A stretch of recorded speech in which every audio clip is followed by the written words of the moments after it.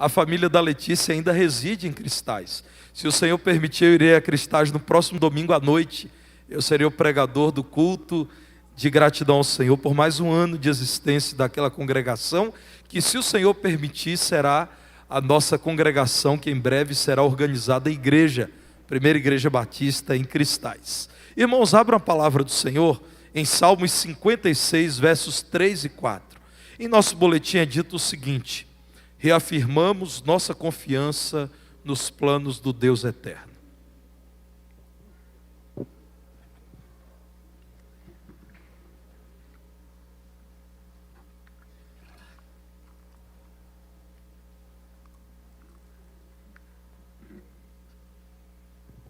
Salmos 56, esse é um salmo que deve ser lido por completo pelos irmãos, e eu os encorajo a fazerem isso hoje ainda. Mas nesse momento a exposição se dá nos versos 3 e 4. Atentem, irmãos, para aquilo que a palavra do Senhor nos diz. Salmos 56, a partir do verso 3. Em me vindo o temor, hei de confiar em ti. Em Deus, cuja palavra eu exalto. Neste Deus ponho a minha confiança e nada temerei. Que me pode fazer um mortal? Meus irmãos, quem não sente medo? Quem não tem medo? Até o seu pai, você que entende que o seu pai é um poço de segurança e de firmeza, experimenta momentos de medo. Até a sua mãe, que te dá resposta para tudo, também experimenta o temor diante de certas circunstâncias. Enfermidade, quando nós ouvimos falar que alguém muito saudável, ainda jovem, adoeceu de repente e sofreu muito e veio a falecer. Quantos de nós, irmãos, não nos identificamos com isso? Abandono a pessoas que temem.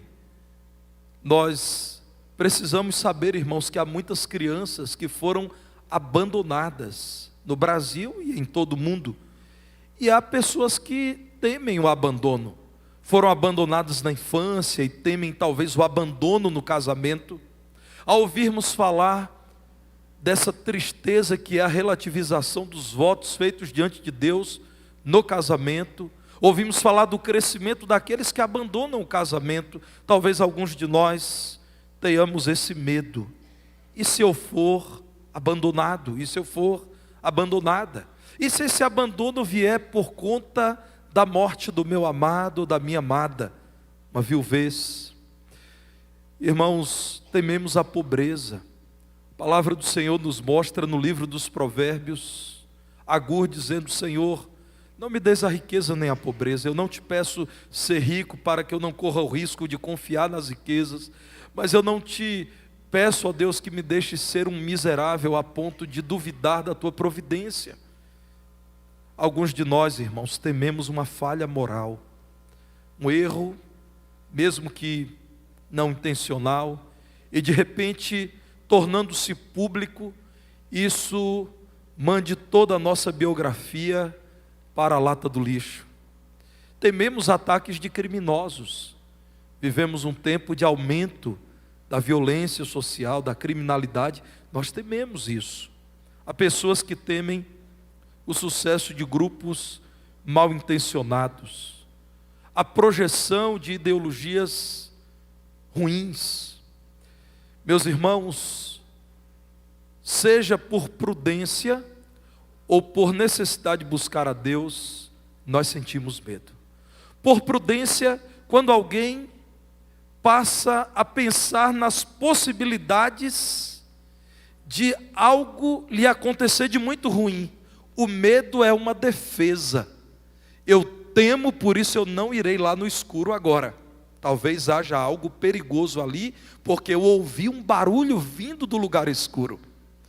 Eu não irei numa viagem por meio de uma rodovia que está mal conservada, porque pessoas sofreram acidentes ali e eu temo que o próximo seja eu. Então nós, por vezes, temos como uma resposta, por prudência, aquilo que nos ameaça o medo. Eu não irei porque eu tenho medo, porque quero preservar a mim e aos meus. Ou por necessidade de recorrer a Deus, irmãos. O crente em Jesus, quando se vê temeroso, sabe que ali está uma oportunidade para recorrer a Deus. Nós reconhecemos que não temos todo o poder para enfrentar todos os nossos inimigos. Por isso, recorremos ao Senhor. Esse Salmo 56 é um retrato muito claro do que é a Bíblia. É a palavra de Deus em linguagem humana. Assim a nossa declaração doutrinária da Convenção Batista Brasileira fala da palavra de Deus. É a Bíblia, a palavra de Deus em linguagem humana. É a palavra de Deus trazendo a experiência de um rei muito amado, Davi, quando já tendo sido ungido pelo Senhor por meio do profeta Samuel, mas ainda não havia sido ele empossado como rei, e sob muitos temores, a perseguição de Saul, a perseguição dos filisteus a quem ele desafiou. Então ele fala dos seus temores. O salmo é uma oração. No verso 1, Davi diz: tem misericórdia de mim, ó Deus. E ele diz: por que eu estou com medo? Porque o homem procura ferir-me e me oprime planejando todo o dia. Os que me espreitam continuamente querem ferir-me, e são muitos os que atrevidamente me combatem. Você já se viu fazendo essa oração? Uma oração como essa? Querido irmão, querida irmã, essa é a oração de um irmão nosso, que creu no Deus verdadeiro, e pela fé creu que o Salvador de Israel viria, e ele veio e é Jesus. Ele não viu Jesus, mas ele creu na vinda do Messias. Esse nosso irmão de fé, Davi, disse ao Senhor dos seus temores: são muitos homens que estão falando mal de mim, e muitos homens que já estão armados tentando me ferir. Aqui nesse salmo, Davi é um fugitivo, apresentando seu medo e também as suas dúvidas diante de Deus. É o mesmo Davi que no salmo anterior escreve uma linda poesia. Salmo 55, versos 6 a 8. Davi diz assim: então disse eu, quem me dera asas como de pomba, voaria e acharia pouso. Você já se sentiu assim? Se Deus me desse a oportunidade de sumir, eu queria sumir, ir para longe de todos esses problemas. Irmãos, há pessoas que fazem isso, como a gente costuma dizer no popular, somem no mundo, desaparecem. Não suportam, talvez em alguns casos por covardia, por insensibilidade, abandonam seus familiares. Mas há pessoas, irmãos, que se sentem como Davi, dizendo: ah, se eu pudesse ter asas, eu voaria para longe desse lugar, para um lugar mais agradável. No verso 7, ele diz: eis que fugiria para longe e ficaria no deserto. Quem deseja, irmãos, viver no deserto? É quem não quer ser encontrado por pessoa alguma. É isso que Davi está dizendo: eu queria poder viver num lugar em que ninguém vai lá. Eu não quero ver pessoas. Os homens me trazem temor. No verso 8 ele diz: dar-me-ia pressa em abrigar-me do vendaval e da procela. Eu queria me afastar de tudo aquilo que tem me trazido temor. É importante que você aprenda com este salmo que é possível sim reconhecer o temor. Davi diz no salmo que lemos, 56 verso 3, que às vezes o temor vem sobre o cristão. Em me vindo o temor, hei de confiar em ti. É importante que você saiba da sua segurança em meio aos temores. Nós aprendemos, irmãos, que precisamos confiar no Senhor e não no homem mortal, que nada pode fazer para nos afastar de Deus. O homem mortal está te ameaçando, saiba que ele é limitado pela vontade de Deus. O homem, até o homem mau, tem um limite estabelecido por Deus, e ele não ultrapassará aquele limite. O salmo está dividido em 2 estrofes. O refrão é o mesmo, ou como chamamos o coro, o estribilho. Notem aí, irmãos, esse salmo, no verso 4, Davi transmite o refrão: em Deus cuja palavra eu exalto, neste Deus ponho a minha confiança e nada temerei. Quem me pode fazer um mortal? Agora olhem os versos 10 e 11. De novo, é um hino. O salmo deveria ser cantado frisando essa verdade. É o que fazemos aqui nos hinos que cantamos. Nós utilizamos estribilhos que fixam a mensagem central do hino. A razão pela qual, irmãos, os hinos contêm estribilhos ou refrões ou coros é que aquela é uma verdade a ser frisada, é um ensino a ser repetido para que você de fato memorize ao menos o que é repetido. Olha aí o verso 10: em Deus cuja palavra eu louvo, no Senhor cuja palavra eu louvo, neste Deus ponho a minha confiança e nada temerei. Que me pode fazer o homem? Nessa manhã eu quero estudar a primeira estrofe com os irmãos. A primeira estrofe dos versos 1 a 4, sendo que a ênfase está nos versos 3 e 4, repetidos, como os irmãos viram, nos versos 10 e 11. Diante do temor que chega à sua vida, onde você encontrará segurança? Segurança é confiar no Deus eterno, irmãos. Davi, ao falar de Deus em quem ele confiaria, ele estava falando do Deus de Israel, do Deus que criou todas as coisas e as conhece muito bem. Ao ouvir o temor, você consegue lembrar que existe um Deus, e só um Deus, que criou todas as coisas, e já que Ele criou, Ele conhece pormenorizadamente cada coisa, dentre todas as coisas que te atemorizam. Segurança é confiar nele. Davi sabia que poderia confiar no Deus que sustenta todas as coisas com o seu poder. Eu quero compartilhar uma afirmação de João Calvino, que diz o seguinte: a verdadeira prova de fé consiste nisso. Quando sentimos as solicitações do medo natural, podemos resistir a elas e impedir que obtenham uma ascensão indevida. Mantenha, por favor, irmãos, essa citação de Calvino. A verdadeira demonstração de fé não é negar o mal, não é negar o medo, não é negar a existência dos problemas. A verdadeira demonstração de fé é dizer: eu sei que eu estou com medo, mas o medo não tomará em meu coração um espaço maior do que ele deve ter. Podemos resistir às solicitações do medo. O medo quer te lançar no desespero, na incredulidade, quer te levar a abandonar tudo e a dar a sua vida como perdida, impedir que obtenha uma ascensão indevida. É quando o medo ocupa o seu coração em um espaço maior do que o espaço que você tem dado a Deus. É quando as mensagens do temor dirigem a sua vida muito mais do que as muitas mensagens da palavra de Deus. Meu irmão Calvino e tantos outros cristãos que marcaram a história do cristianismo sofreram muitas dificuldades. Esse homem chegou a ser expulso de Genebra, depois voltou numa nova assembleia que solicitou o seu retorno. Meus irmãos, crentes em Jesus têm experimentado medos e aflições, mas o que demonstra maturidade nos crentes em meio aos temores, aos medos, é não permitir que o medo seja senhor da sua vida.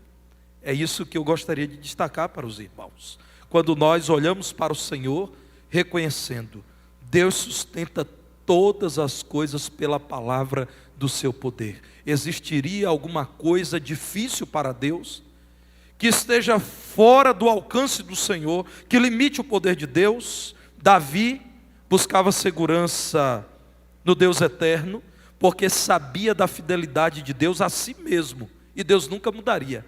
Há muitos crentes que têm uma pequena visão sobre a fidelidade de Deus. Deus é fiel a mim, é verdade, mas Ele é fiel antes de tudo a Ele mesmo. Para que Ele seja fiel a um filho dele, Ele é fiel à palavra dele, quando na palavra dele, Ele mesmo diz que nada poderá nos separar do amor dele, revelado em Cristo Jesus nosso Senhor. É isso que Paulo diz no fechamento do capítulo 8 de Romanos, dizendo a você, meu filho, se você vier a adoecer, e se você vier a morrer precocemente, e se a sua trajetória nesse mundo for de muitas dores, não se preocupe, você estará comigo eternamente, nada pode me separar de você, porque eu sou fiel ao amor que eu tenho garantido a quem em mim tem crido. Meus irmãos, a nossa segurança, segundo a palavra de Deus, é confiar no Deus eterno. Assim, Davi poderia, e nós podemos fazer a pergunta do verso 4, que me pode fazer um mortal? É impressionante como a Bíblia explica a própria Bíblia. Veja o Senhor Jesus Cristo, que é o centro da Bíblia. Toda a Bíblia está orbitando a partir da pessoa de Jesus. Veja o que Jesus nos diz em Mateus 10, no verso 28, falando a gente que estava sendo corrigida por ele. Jesus diz, não temais o homem mortal. É aquele que mata o corpo, mas não pode matar a alma. A quem vocês devem temer? Devem temer aquele que pode fazer perecer no inferno, tanto a alma como o corpo. É o Senhor dizendo, temam ser escravos de Satanás, que sendo o Senhor da vida de vocês, fará com que vocês, aí sim, não estejam comigo eternamente. Estarão mortos, corpo e alma. Temam não o homem mortal, temam aquele que pode matar também a alma. É impressionante, irmãos, como os profetas também nos falaram disso. Em Isaías, no capítulo 51, eu quero ler os versos 12 e 13. Confortando o povo de Deus, Isaías diz, em nome do Senhor, eu sou aquele que vos consola. Quem, pois, és tu para que temas o homem que é mortal? Ou o filho do homem que não passa de erva? Quem és tu que te esqueces do Senhor que te criou, que estendeu os céus e fundou a terra, e temes continuamente todo o dia o furor do tirano que se prepara para destruir? Onde está o furor do tirano? A palavra de Deus zomba do homem que acredita ser todo-poderoso. Está enganado quem assim pensa. Meus irmãos, a nossa segurança é confiar na palavra de Deus. E Davi diz isso. Voltem ao Salmo 56, quando Davi delimita, eu confio no Deus da palavra. Aquele Deus cuja palavra eu exalto, eu reconheço que a palavra dele é verdadeira, não é palavra de homens. É o que chamamos de inspiração. As Escrituras não nos foram dadas por vontade de homem algum, mas homens da parte de Deus falaram inspirados pelo Senhor. Davi diz isso, irmãos. É neste Deus, dentre os deuses dos povos, que ponho a minha confiança. No Deus cuja palavra é divina, nele eu ponho a minha confiança e assim nada temerei. Notem, irmãos, como esse homem temeroso, cheio de dúvidas, agora pode dizer, eu não temerei nada, porque agora eu já disse, eu confio em Deus quando me vem o temor, no Deus cuja palavra eu exalto. A palavra que é suficiente, você precisa abrir os seus olhos para enxergar as maravilhas da palavra de Deus. Há todas as respostas para a vida humana na palavra de Deus. Talvez, meus irmãos, a descrença de muitos cristãos nessa certeza é que deu ao liberalismo teológico espaço. O terrível movimento chamado de liberalismo teológico diz que nem toda a Bíblia é a palavra de Deus, que nem tudo aqui é livre de erro. Um dos maiores males que pessoas que se declararam cristãs poderiam legar à igreja foi pôr em dúvida a autoridade da palavra de Deus. Não há fé que resista a alguém que é responsável por selecionar aquilo que ele considera divino e aquilo que ele não considera divino na palavra de Deus. Irmãos, a palavra de Deus é suficiente, nos traz todas as respostas. Você precisa, em meio aos seus temores, abrir a palavra de Deus, e pelo Espírito Santo que ilumina o cristão, compreender as respostas que Deus nos dá em sua palavra. A palavra que é infalível se cumprirá.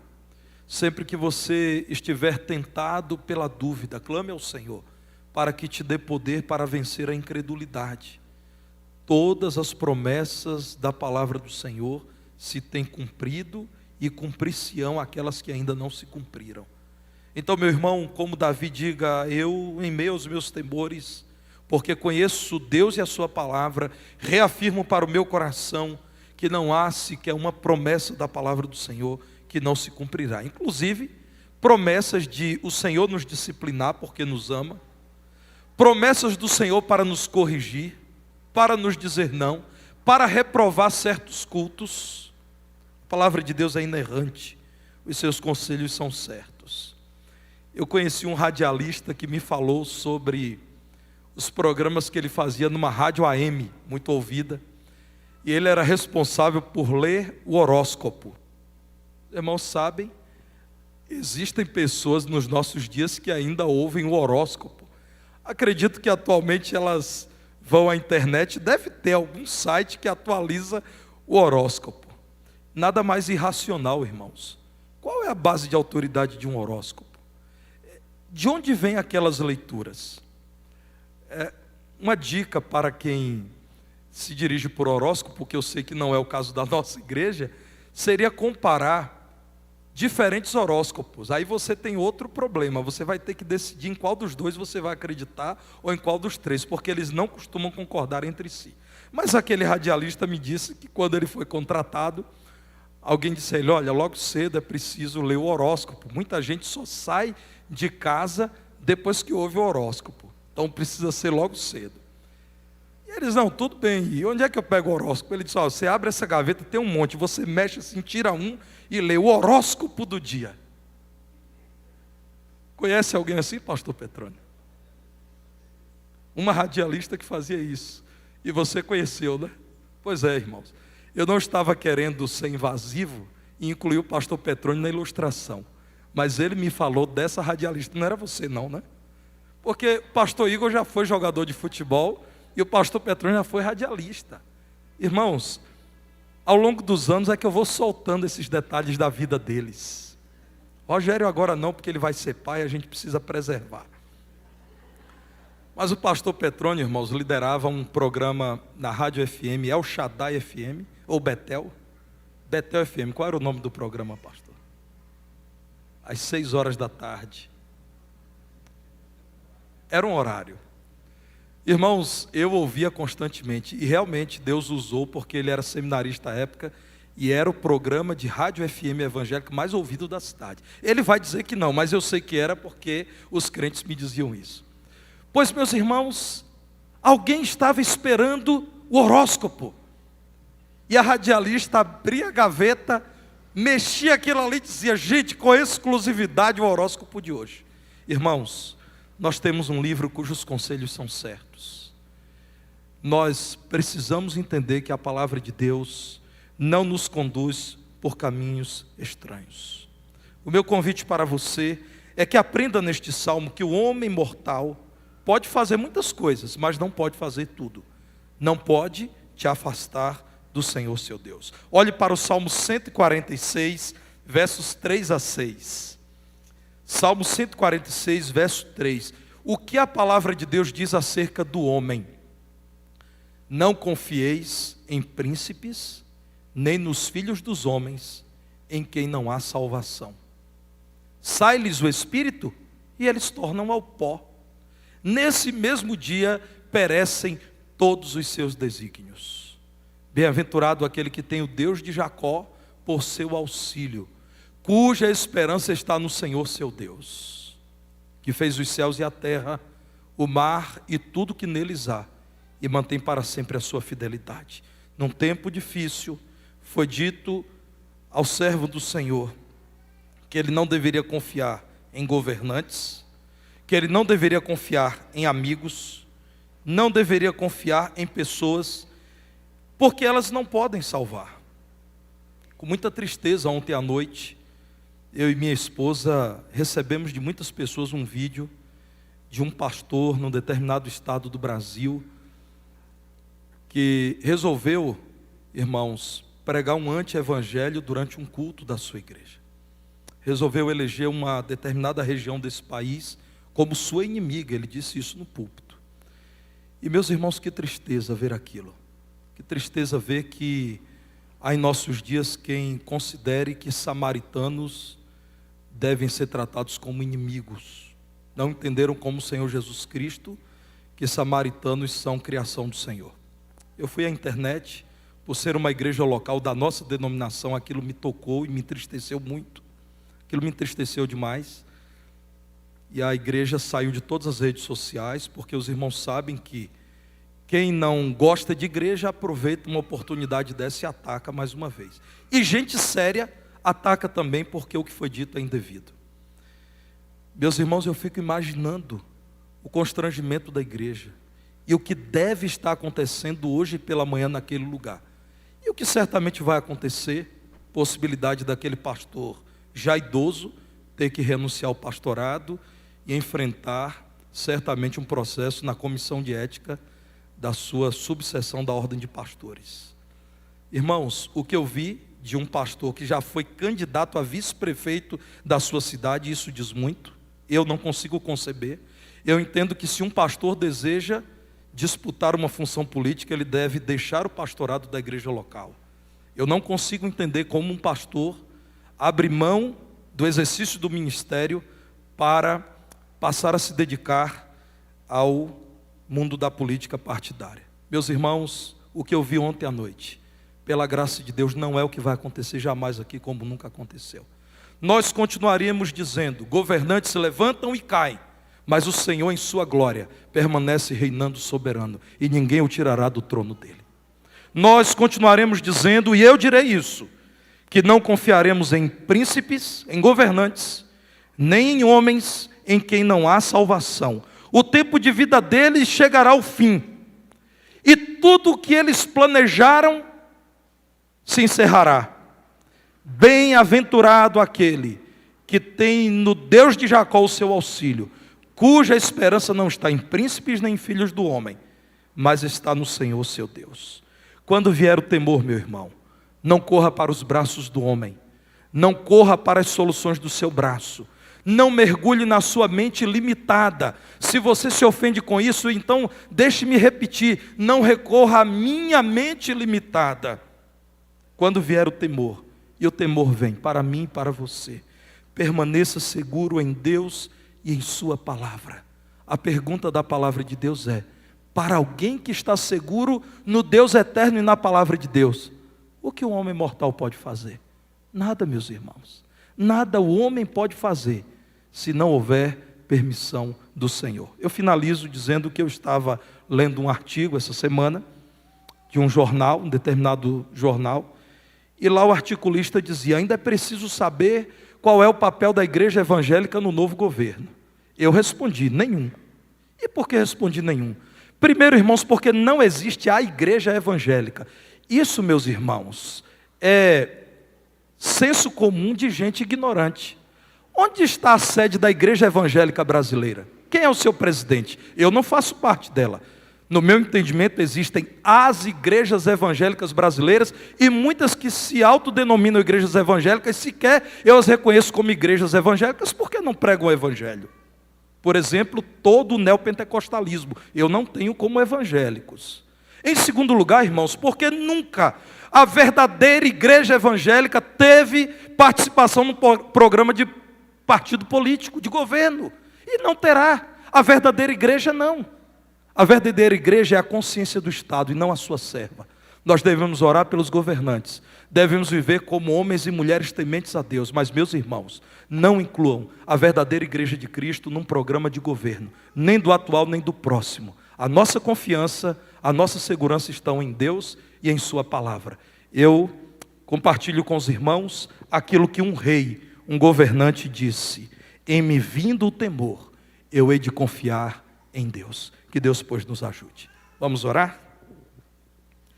Senhor amado, estamos muito gratos ao Senhor pela segurança que temos em todo e qualquer lugar, em todo e qualquer tempo, em toda e qualquer circunstância. Não apenas nos sentimos, Senhor, cremos que estamos seguros nas mãos do Senhor. Nos ajude, Senhor, em vindo o temor na casa, na igreja, no serviço, na vizinhança, diante do diagnóstico médico, respondermos com segurança, em vindo medo. Não nos deixaremos vencer pelo medo. Confiaremos no Senhor nosso Deus e na palavra do nosso Deus. Senhor, a começar em mim, livra-nos de confiar no homem mortal, cuja morte encerra toda a capacidade de influência sobre nossa vida. Nos ajude a continuar confiando no Senhor. Ó Deus, livra-nos da incredulidade, livra-nos do materialismo, livra-nos, Senhor, de uma vida cristã medíocre.